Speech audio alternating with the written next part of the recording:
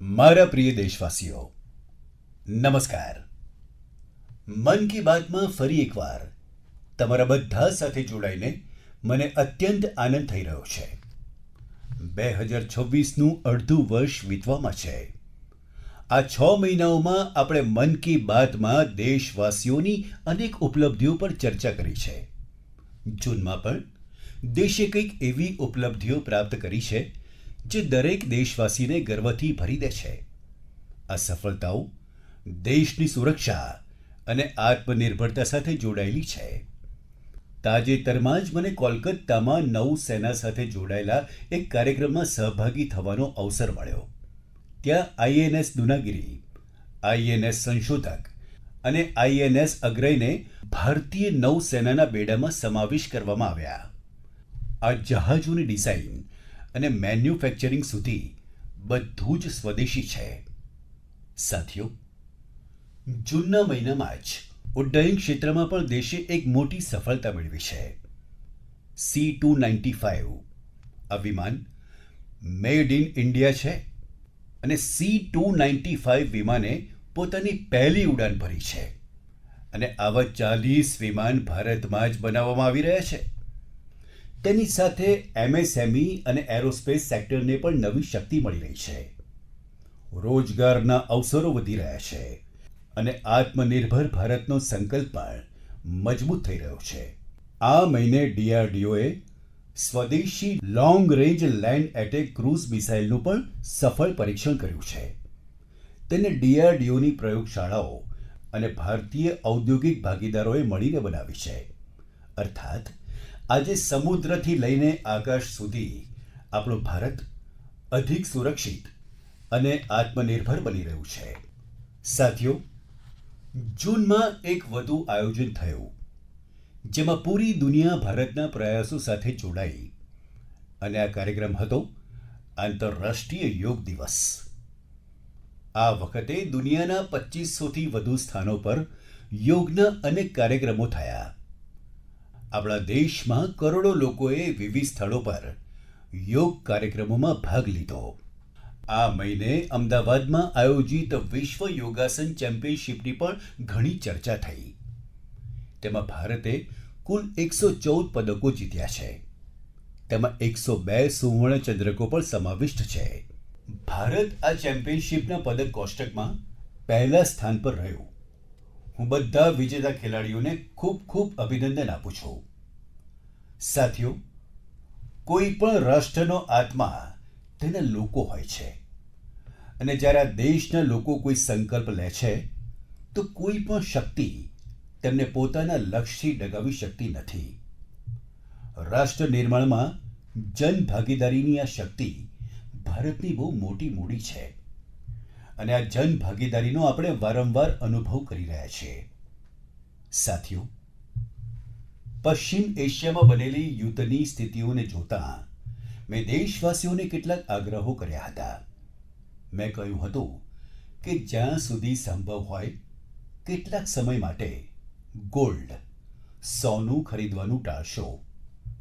લોકોને કહ્યું હતું કે વિદેશમાં રજા મનાવવાનું ટાળજો.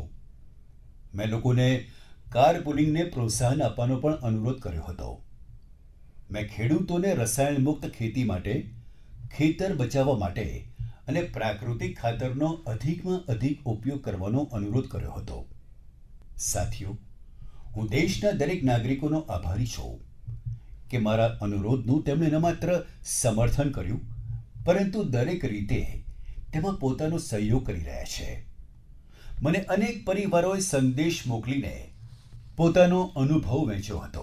કેટલાક પરિવારોએ નિશ્ચિત કર્યું હતું કે ઘરમાં વિવાહમાં આ વખતે સોનું નહીં ખરીદીએ. આવશ્યકતા ઊભી થશે તો જૂના સોનાને તોડાવીને તેમાંથી નવા ઘરેણાં બનાવી લઈશું. અનેક લોકોએ સોશિયલ મીડિયા પર એમ પણ લખ્યું છે કે તેમણે આ વખતે વિદેશ યાત્રા ટાળી દીધી છે. સાથીઓ, કારપુલિંગ અંગે લોકોએ પોતાના અનુભવ જણાવ્યા છે. જે લોકો પ્રતિદિન એક જ દિશામાં પોતપોતાના વાહનોમાં જતા હતા તે હવે સાથે જવા લાગ્યા છે. લોકો સંભવ હોય તો બસ અને મેટ્રોનો ઉપયોગ કરી રહ્યા છે. તેમાં પેટ્રોલ અને ડીઝલની બચત થઈ રહી છે. આ જ રીતે દેશના અલગ અલગ હિસ્સામાં પ્રાકૃતિક ખાતરનો ઉપયોગ વધ્યો હોવાના સમાચારો આવી રહ્યા છે. સાથીઓ, મને એ વાતનો આનંદ છે કે આ વૈશ્વિક કટોકટીમાં આપણે ભારતીયો મળીને સામનો કરી રહ્યા છીએ. મને વિશ્વાસ છે કે જન ભાગીદારીની આ શક્તિ આપણને મજબૂતી આપશે, આપણને સફળ બનાવશે.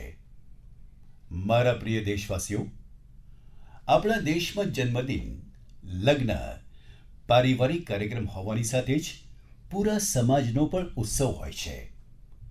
દરેક પરિવાર ઈચ્છે છે કે તેમનો આનંદ બીજાની સાથે વહેંચાય. લોકો મહેમાનોને ઉપહાર પણ આપે છે. સાથીઓ, મહારાષ્ટ્રના નાંદેડમાં એક પરિવારે પોતાનો આનંદ વહેંચવા માટે એવું કામ કર્યું છે જે ચર્ચાનો વિષય બની ગયું છે. અહીં નાંદેડના બહાદુરપુરા ગામમાં પેઠકર પરિવાર રહે છે.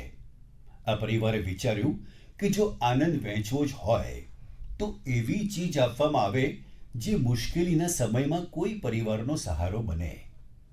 પોતાના ઘરમાં વિવાહના અવસર પર આ પરિવારે ગામના લગભગ 3,500 લોકો માટે દુર્ઘટના વીમાની વ્યવસ્થા કરી.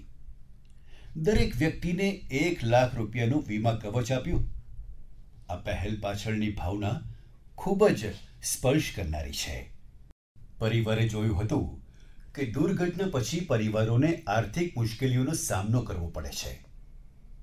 આવા સમયમાં એક નાનકડી સહાયતા પણ ઘણું મોટું સંબળ બની જાય છે. સાથીઓ, સરકાર દેશના કરોડો પરિવારો સુધી સુરક્ષાનું કવચ પહોંચાડી રહી છે. પ્રધાનમંત્રી વીમા સુરક્ષા યોજના હેઠળ માત્ર 20 રૂપિયા વાર્ષિકનું પ્રીમિયમ, અર્થાત કેવળ 1 વર્ષના 20 રૂપિયાનું પ્રીમિયમ, તેના પર 2 લાખ રૂપિયા સુધીનો દુર્ઘટના વીમો મળે છે. અત્યાર સુધી આ યોજના સાથે 58 કરોડથી વધુ લોકો જોડાઈ ચૂક્યા છે. તેમાં લગભગ 28 કરોડ આપણી માતાઓ, બહેનો, દીકરીઓ, મહિલાઓ છે. આ યોજનાથી પીડિત પરિવારોને અત્યાર સુધી જે હિસાબ મળ્યો છે તે મુજબ 3,700 કરોડ રૂપિયાથી અધિકની સહાયતા મળી ચૂકી છે. સાથીઓ, આ જ રીતે પ્રધાનમંત્રી જીવન જ્યોતિ વીમા યોજના પણ એટલી જ મહત્વપૂર્ણ છે. આ યોજના વ્યક્તિના દુઃખદ મૃત્યુ થવા પર તેના પરિવારને 2 લાખ રૂપિયાનું વીમા કવચ આપે છે. તેનું વાર્ષિક પ્રીમિયમ માત્ર 436 રૂપિયા છે, અર્થાત એક દિવસનો વધીને 1.5 રૂપિયો. આ યોજના સાથે અત્યાર સુધીમાં 27 કરોડથી વધુ લોકો જોડાયા છે. તેના હેઠળ દેશના લગભગ 11 લાખ પરિવારોને લગભગ 22,000 કરોડ રૂપિયાની સહાયતા મળી ચૂકી છે. આંકડા ઘણા મોટા છે. આંકડાઓની પાછળ લાખો પરિવારોની પોતપોતાની વાત છે. ક્યાંક કોઈ માતાને બાળકોનો અભ્યાસ ચાલુ રાખવામાં સહાયતા મળી ગઈ, ક્યાંક કોઈ પત્નીને ઘરની જવાબદારી સંભાળવાનો સહારો મળી ગયો. સાથીઓ, ઘણીવાર બહુ મોટી સુરક્ષાની શરૂઆત બહુ નાની રકમ અને એક નાનકડા પગલાંથી થઈ શકે છે. નાનકડો નિર્ણય પણ બહુ મોટું પરિવર્તન કરે છે. મારો આપ સૌને આગ્રહ છે કે પોતાના પરિવારમાં આ યોજનાઓની જાણકારી જરૂર આપજો. મારા પ્રિય દેશવાસીઓ, મન કી બાતમાં હવે વાત એક એવા વિષયની જે હજારો વર્ષ જૂનો છે, હજારો વર્ષની માનવ સમાજમાં ઘર કરીને બેસી ગયો છે. આ વિષય છે અંધવિશ્વાસનો. અંધવિશ્વાસ ઘણીવાર કેવળ એક ખોટી ધારણા નથી હોતો, એક ડર જન્માવે છે. અને જ્યારે ડર મન પર હાવી થઈ જાય છે તો માણસ સત્યને જોવાનું જ બંધ કરી દે છે. અંધવિશ્વાસમાં ડૂબેલા લોકો પછી તર્ક વિના, સત્ય જાણ્યા વિના એવા નિર્ણય લેવા લાગે છે જેનાથી મોટું નુકસાન થાય છે. તો સમાજમાં એવા લોકો પણ હોય છે જે વિજ્ઞાન, અનુભવ અને તર્કના આધાર પર એ ધારણાઓને પડકાર આપે છે. અંધવિશ્વાસથી વિશ્વાસ સુધીની આ યાત્રા સરળ નથી હોતી. અને આજે હું એવી જ એક સફળ યાત્રા વિશે તમને જરૂર બતાવવા ઈચ્છું છું. સાથીઓ, અસમમાં એક પક્ષી મળી આવે છે. આ પક્ષીનું નામ છે હરગિલા. હરગિલા એક દુર્લભ પક્ષી છે જે પ્રકૃતિને સ્વચ્છ રાખવામાં મહત્વપૂર્ણ ભૂમિકા નિભાવે છે. પરંતુ આસામના કેટલાક વિસ્તારોમાં લાંબા સમય સુધી તેને અશુભ માનવામાં આવતું હતું. લોકો તેને પોતાની આસપાસ જોવાનું પસંદ કરતા નહોતા. અનેકવાર તો એ ઝાડને કાપી નાખવામાં આવતા હતા જેના પર હરગિલાએ માળો બનાવેલો હોય. વિચાર કરો, એક એવું પક્ષી જે પર્યાવરણની સફાઈમાં મદદ કરે છે, તે હરગિલા લોકોના ડરનો શિકાર બની ગયું હતું. તે દરમિયાન જીવવૈજ્ઞાનિક પૂર્ણિમા દેવી બર્મને આ બધું જોયું. તેમણે લોકોના મનમાં બેસેલી ખોટી ધારણાને બદલવાનો સંકલ્પ કર્યો. તેમણે મહિલાઓ સાથે વાત કરી. તેમણે લોકોને વિજ્ઞાનના આધાર પર સમજાવ્યું. ધીરે ધીરે મહિલાઓ આ અભિયાન સાથે જોડાવા લાગી. પછી એક મોટું પરિવર્તન શરૂ થયું. જે પક્ષીને ક્યારેક અશુભ માનીને ભગાવવામાં આવતું હતું, તે ગામડાઓની ઓળખ બનવા લાગ્યું. હજારો ગ્રામીણ મહિલાઓ હરગિલાને બચાવવા માટે આગળ આવી. આજે તેમને હરગિલા આર્મીના નામથી ઓળખવામાં આવે છે. આ મહિલાઓએ સમાજની સાથે સંઘર્ષ પણ કર્યો. સમાજને સમજાવવા માટે દિવસ રાત કામ કર્યું અને અંધવિશ્વાસનો પીછો છોડીને રહ્યા. તેમણે દેખાડ્યું છે કે જ્યારે સાચી જાણકારી પહોંચાડવામાં આવે છે તો વર્ષો જૂની વિચારધારા પણ બદલી શકાય છે. સાથીઓ, હું ઘણીવાર કહું છું કે જે રમે છે તે ખીલે છે.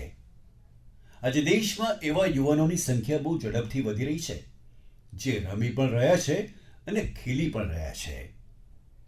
પહેલાની તુલનામાં હવે અનેક વધુ યુવાનો રમતને કારકિર્દીના રૂપમાં અપનાવી રહ્યા છે.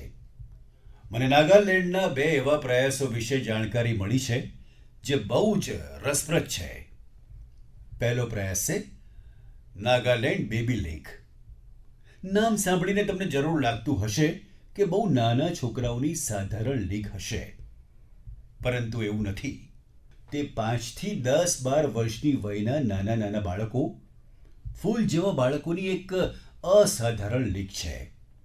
અને આ બાળ ફૂટબોલ ખેલાડીઓની એક એવી લીગ છે જે તેમની ઝડપ અને પ્રતિભા માટે તેમને પ્રેરિત પણ કરે છે અને તેમની ઓળખ પણ બનાવે છે.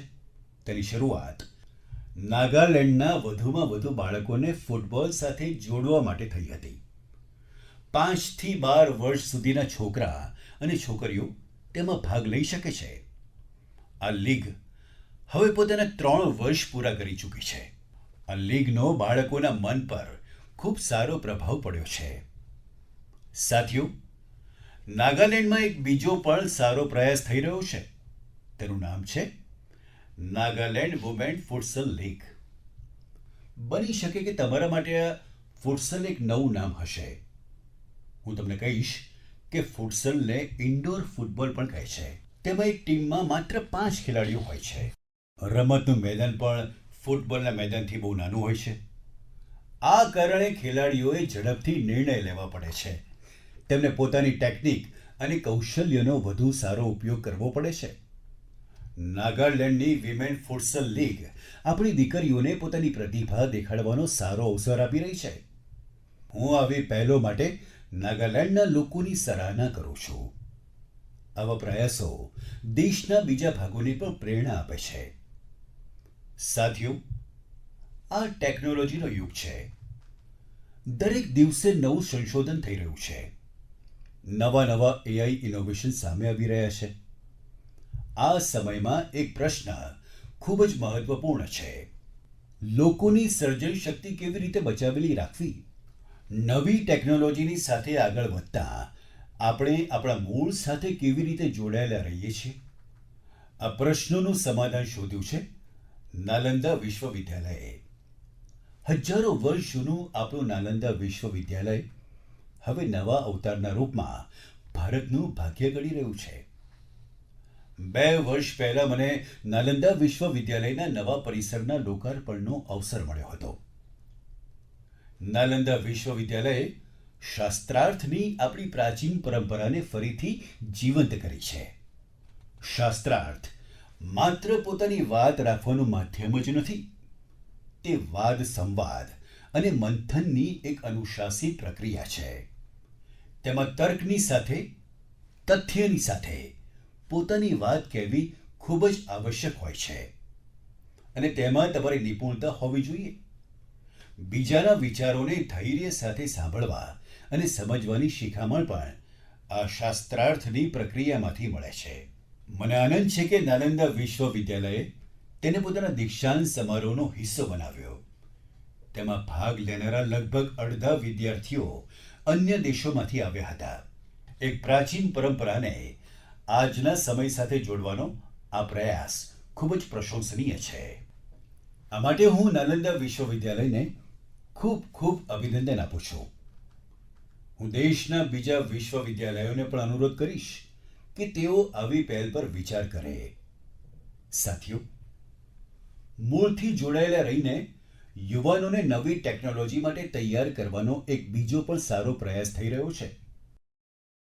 દિલ્હી સ્થિત central Sanskrit university artificial intelligence અને ડેટા સાયન્સમાં બીટેક પ્રોગ્રામ શરૂ કરવા જઈ રહી છે. આ આધુનિક ટેકનોલોજીને ભારતના પારંપરિક જ્ઞાન સાથે જોડવાની દિશામાં એક મહત્વપૂર્ણ પગલું છે.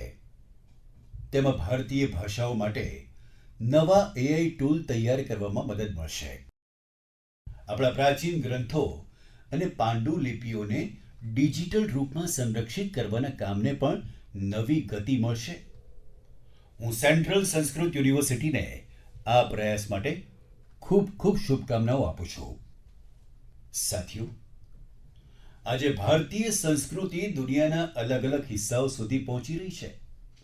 આપણા ગીત, સંગીત અને આધ્યાત્મને દુનિયાભરના લોકો જાણી રહ્યા છે અને અપનાવી રહ્યા છે. ભારતથી હજારો કિલોમીટર દૂર કેરેબિયન સાગરમાં ડોમિનિકન રિપબ્લિક નામનો એક દેશ છે. ત્યાં ભારતીયોની સંખ્યા લગભગ 100 છે. કદાચ તેનાથી પણ ઓછી હશે. તેમ છતાં ભારતીય સંસ્કૃતિ અને આધ્યાત્મ સાથે જોડાયેલો એક બહુ સારો પ્રયાસ ત્યાં થઈ રહ્યો છે. ત્યાં સ્પેનિશ બોલનારા કેટલાક લોકોએ એક ટીમ બનાવી છે. આ ટીમનું નામ છે બ્રહ્મકમળ ડોમિનિકાના. ટીમના સભ્યો મળીને વૈદિક સાહિત્યનું અધ્યયન કરે છે. તેઓ વૈદિક મંત્રોનું ઉચ્ચારણ પણ શીખી રહ્યા છે. તેમને તેનું કોઈ વિધિવત પ્રશિક્ષણ મળ્યું નથી, પરંતુ તેમણે ઓડિયો રેકોર્ડિંગ સાંભળીને વૈદિક મંત્રોનું સાચું ઉચ્ચારણ શીખ્યું છે. આજે તેઓ અનેક મંત્રોનો બહુ સારી રીતે જાપ કરી લે છે. તેમાં પુરુષ સુક્તમ, શ્રી સુક્તમ, શ્રી રુદ્રમ, દુર્ગા સુક્તમ અને દેવી મહાત્મયમ સમાવિષ્ટ છે. ભારતથી આટલા દૂર રહીને આપણી પરંપરાઓને શીખવવાનો તેમનો આ પ્રયાસ ઘણો પ્રેરક છે. હું બ્રહ્મકમળ ડોમિનિકાના ત્યાંના બધા સભ્યોને આ પ્રયાસો માટે શુભકામનાઓ આપું છું. હું એવા બધા લોકોની હૃદયથી પ્રશંસા કરું છું જે ભારતીય સંસ્કૃતિને દુનિયાભરમાં લોકપ્રિય બનાવવા માટે નિરંતર પ્રયાસો કરી રહ્યા છે. મારા પ્રિય દેશવાસીઓ, મેઘાલયની ઓળખ વાદળોથી છે, સુંદર દ્રશ્યોથી છે. જે મેઘાલય જાય છે તેને તેના લોકોની આત્મીયતા પણ લાંબા સમય સુધી યાદ રહે છે. પરંતુ મેઘાલયની એક બીજી વિશેષતા છે જેની આજે મન કી બાતમાં તમારી સાથે હું ચર્ચા કરવા માંગુ છું. મેઘાલયના રૂટ બ્રિજ. રસ્તાવાળો રૂટ નહીં, મૂળવાળો રૂટ. આ રૂટ બ્રિજોની વાત ઘણી રોચક છે. આ બ્રિજ કેટલાક દિવસો અથવા કેટલાક વર્ષોમાં નથી બનતા. તેને તૈયાર થવામાં અનેક દશક લાગે છે. રબરના ઝાડના મૂળને ધીરે ધીરે દિશા આપવામાં આવે છે. આ મૂળને જળધારાઓની પાર લઈ જવામાં આવે છે. સમયની સાથે આ મૂળ એક મજબૂત સેતુનું રૂપ લઈ લે છે. આ પુલની એક બીજી વિશેષતા છે તે એક જીવિત બ્રિજ છે. સમય વીતવાની સાથે તે વધુ મજબૂત થઈ જાય છે. તેમાં મેઘાલયના લોકોની સર્જનશીલતા દેખાય છે. તેની પાછળ વર્ષોનું ધૈર્ય અને પ્રકૃતિ પ્રત્યે ગાઢ સન્માન છે. આ સેતુ બતાવે છે કે મનુષ્ય પ્રકૃતિની સાથે મળીને કેટલી અદ્ભુત ચીજો બનાવી શકે છે. તે આપણા દેશનો, આ ધરતીનો વારસો છે. હવે ભારતે મેઘાલયના રોડ બ્રિજોને યુનેસ્કો વર્લ્ડ હેરિટેજ સાઇટ નેટવર્કમાં સમાવિષ્ટ કરવા માટે આવેદન કર્યું છે. સાથીઓ, હવામાન પરિવર્તનના કારણે આ રોડ બ્રિજોની સામે અનેક પડકારો પણ આવે છે. આવા સમયમાં મેઘાલયના લોકોએ આ પ્રાકૃતિક વારસાના સંરક્ષણની જવાબદારી પણ કુશળતાપૂર્વક ઉપાડી છે. પહેલાં તો એ જાણવું પણ સરળ નહોતું કે આવા સેતુઓની સંખ્યા કેટલી છે. સ્થાનિક લોકોએ પોતે તેની ગણતરી શરૂ કરી.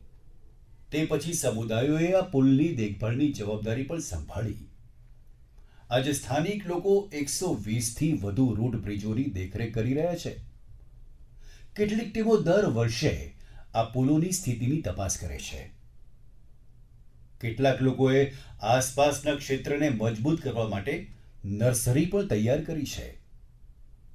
આ રીતના તેના સંરક્ષણ માટે એક પૂરી ઇકોસિસ્ટમ તૈયાર થઈ ગઈ છે. તમે જોયું હશે, આ વર્ષે હેલીવારજીને પદ્મ એવોર્ડથી સન્માનિત કરવામાં આવ્યા છે.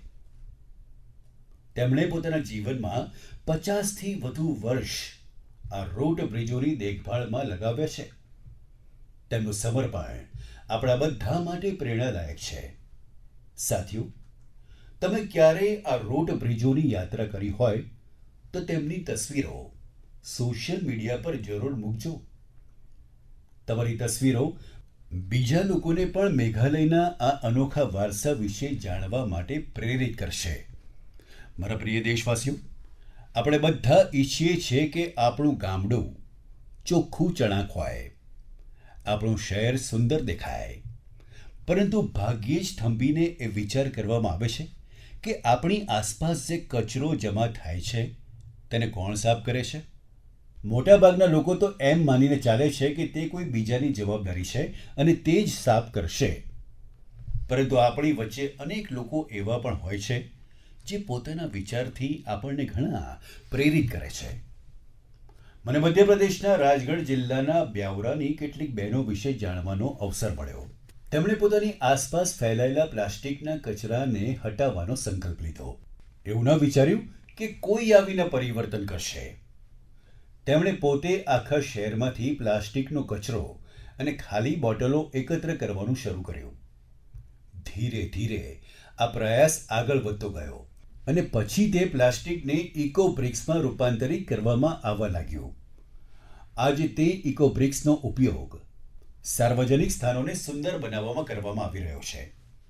રાજગઢમાં છેલ્લા કેટલાક મહિનાઓમાં સેંકડો કિલો પ્લાસ્ટિકને પુનઃચક્રિત રિસાયકલ કરીને તેનો વધુ સારો ઉપયોગ કરવામાં આવ્યો છે.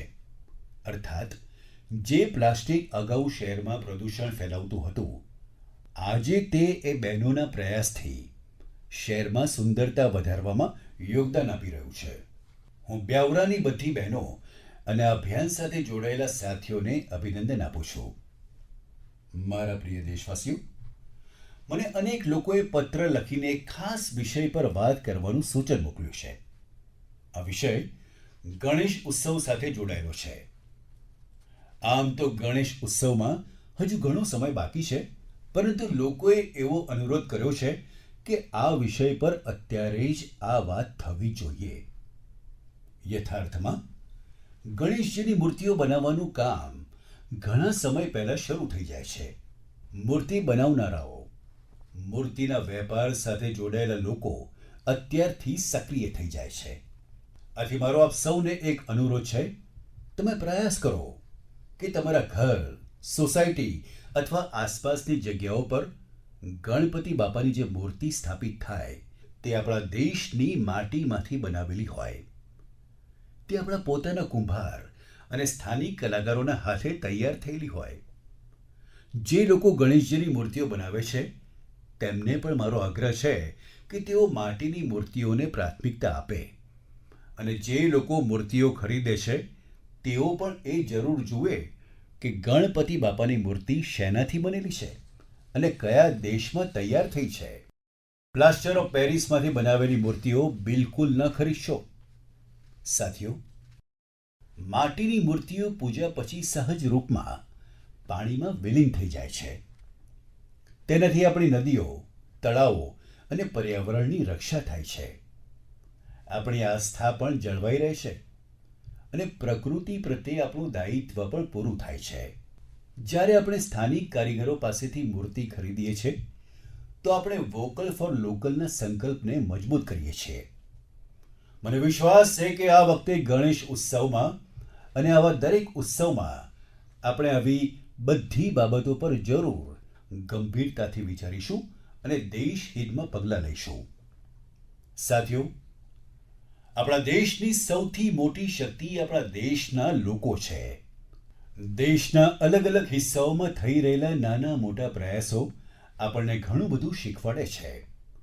આ પ્રયાસો બતાવે છે કે જ્યારે મનમાં સંકલ્પ હોય અને સમાજનો સાથ મળે તો કોઈ પણ મોટું પરિવર્તન લાવી શકાય છે. તમે તમારી આસપાસ થઈ રહેલા આવા પ્રયાસો વિશે મને જરૂર લખતા રહેજો. પોતાના વિચાર અને પોતાના સૂચનો મોકલતા રહેજો.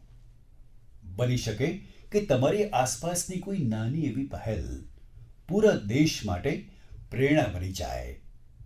આગામી મહિને આપણે ફરી મળીશું. દેશવાસીઓના કેટલાક નવા પ્રયાસોની ચર્ચા કરીશું. ત્યાં સુધી તમે તમારું અને તમારા પરિવારનું ધ્યાન રાખજો. અને હા, જળ સંચય તો કરવાનું જ છે.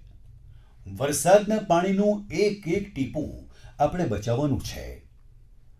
કેચ ધ રેઇન આ અભિયાન જરા પણ ઢીલું નથી પડવા દેવાનું. તો મારો આગ્રહ છે કે વરસાદનું ટીપે ટીપું પાણી આપણે મળીને બચાવીએ. ખૂબ ખૂબ ધન્યવાદ. નમસ્કાર.